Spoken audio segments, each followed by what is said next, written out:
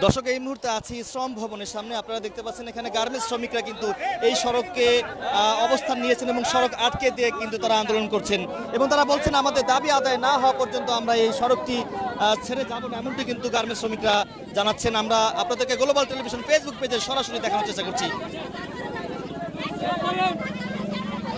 সড়ক কেন আটকালেন? আমরা রাস্তা ছাড়বো না, এত গাড়ি আমাদের উপর দিয়ে চলে চলে যায়, মারা দিয়ে চলে যায়। আমরা জীবন দিতে রাজি আছি না, আমরা উঠবো না, কোনো সময় উঠবো না, আমরা রাস্তা ছাড়বো না।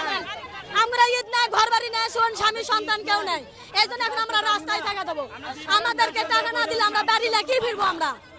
আমরা কি না ভুলো খালি হাতে যাওয়া, তুমি মারালে দিয়ে তো আমরা গাড়িটা নিয়ে চলে যাই, আমরা লাশ করে দিয়ে তো গাড়ি নিয়ে চলে যাই। আমরা তো ঘর বাড়ি না, আমাদের তো স্বামী সন্তান নাই।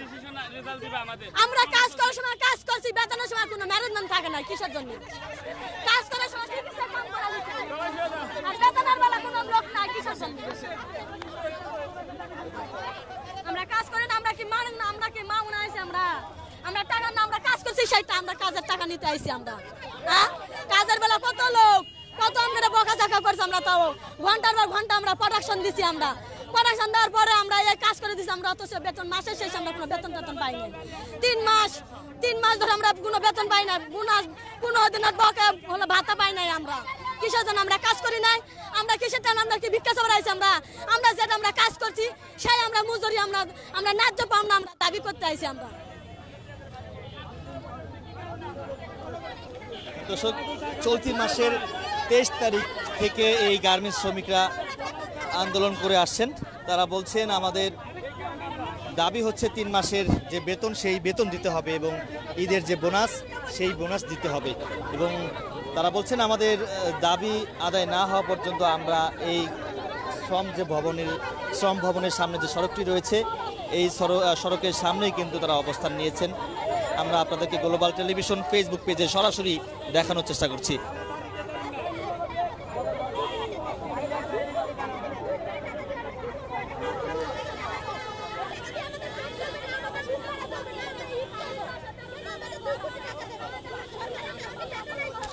দর্শক আমরা আরো কয়েকজন গার্মেন্টস শ্রমিকের সঙ্গে কথা বলার চেষ্টা করব।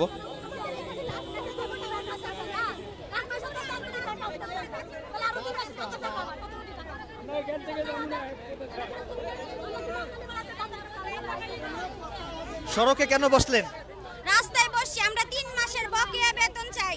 আমরা কাজ করছি, আমগো কাজের টাকা দেয় না। ঈদ আইছে, ঈদের বোনাস লাগবো, ঘর ভাড়া দিতে হইব, দোকান বাকি দিতে হইব, বাচ্চাদের জামা কাপড় কিনে দিতে হইব।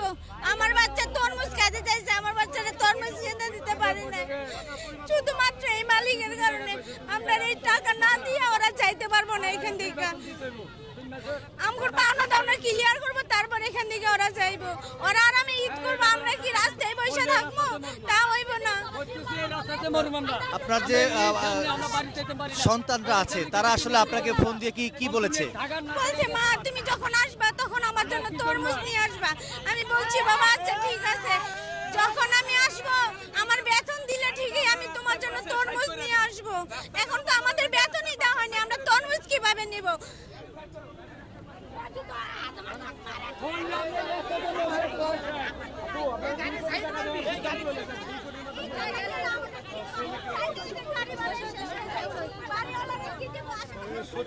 দর্শক দেখতে পাচ্ছেন শ্রম ভবনের সামনে কিন্তু একটি আমরা দেখতে পাচ্ছি সচিবের যে গাড়ি, সেই সচিবের গাড়ির সামনেই কিন্তু গার্মেন্টস শ্রমিকরা এখানে অবস্থান নিয়েছেন এবং সচিবের গাড়ি কিন্তু সামনে যেতে দেবে না। তারা বলছেন আমরা এই যে কর্মকর্তা যারা রয়েছে তাদেরকে কিন্তু আমরা যেতে দিব না আমাদের দাবি আদায় না হওয়া পর্যন্ত, এমনটি কিন্তু তারা বলছেন।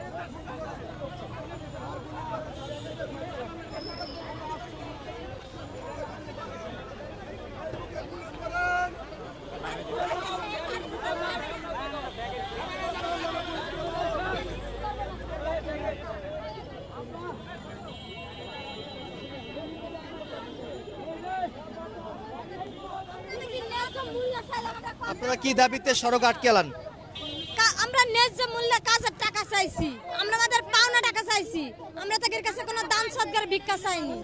আমরা শ্রম দিছি, পরিশ্রম করেছি, সে পরিশ্রমের টাকা চাইছি।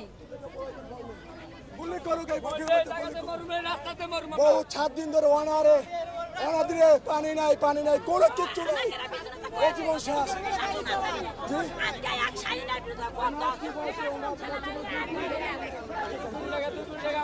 17 কোটি টাকার ভিতরে 2 কোটি মাত্র, এতে কি হবে? 17 কোটি কই 17 কই 2 কোটি টাকা, এটা মানা যায়, মানা সম্ভব? অতএব আমরা তো বলছি আমাকে মেরে ফেলে, কোনো আপত্তি নাই, কোনো মূল্য নাই, আমাদের জীবন শেষ, আর আমাকে সময় নাই, হয় ওটা বাঁচবে নাহলে আমাকে বাঁচাইবো। সচিবের গাড়ি কেন আটকালেন?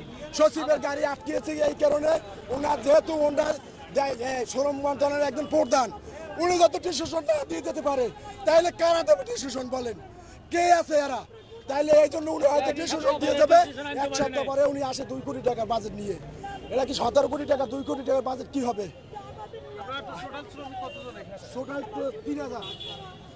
আপনারা কতদিন ধরে এই আন্দোলন করে আসছেন? সপ্তাহ ধরে আন্দোলন চলতে আছে, কোনো সিয়ারি নাই, কোনো খাবার নাই, অনার দিন 3 মাস ধরে যদি বেতন না পাই এরা কি খায়?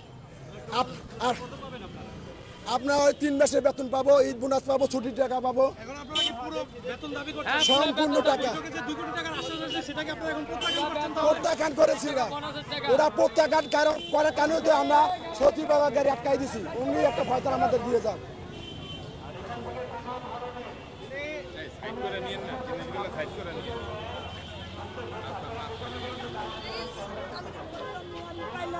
মানুষ করি আর খাই, কিন্তু আমার ঘরে আমি সন্তানকে হাসি মুখে 2টা খাওয়াবো তাও পারি না, আমার মাথার উপরে কেউ নাই।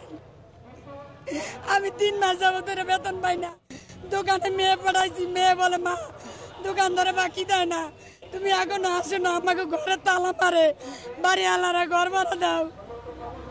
আমি আমার ছোট মেয়ের একটা কাপড় কিনতে পারি নাই, এবার এই ইফতারের দিন শুকনা মুড়ি ছাড়া পানি ছাড়া আমার নাই 150 টাকা চিনির কেজি, 150 টাকা বুটের কেজি, আমি কি কিনতে পারি? 3 মাস ধরে আমি বেতন পাই না, আমার স্বামী নাই, আমার বাপ নাই, মা নাই, আমি এমন কোনো আত্মীয় স্বজন নাই যে তার কাছে চাইলে আমি 2টা টাকা পাবো। আর আমি যাদের কাছে আমার বাচ্চা থুয়েছি তারা এখন বাড়ি চলে গেছে, সবাই বাড়ি খালি, আমি একা মহিলা, আমি কেমনে চলি? আমার একটা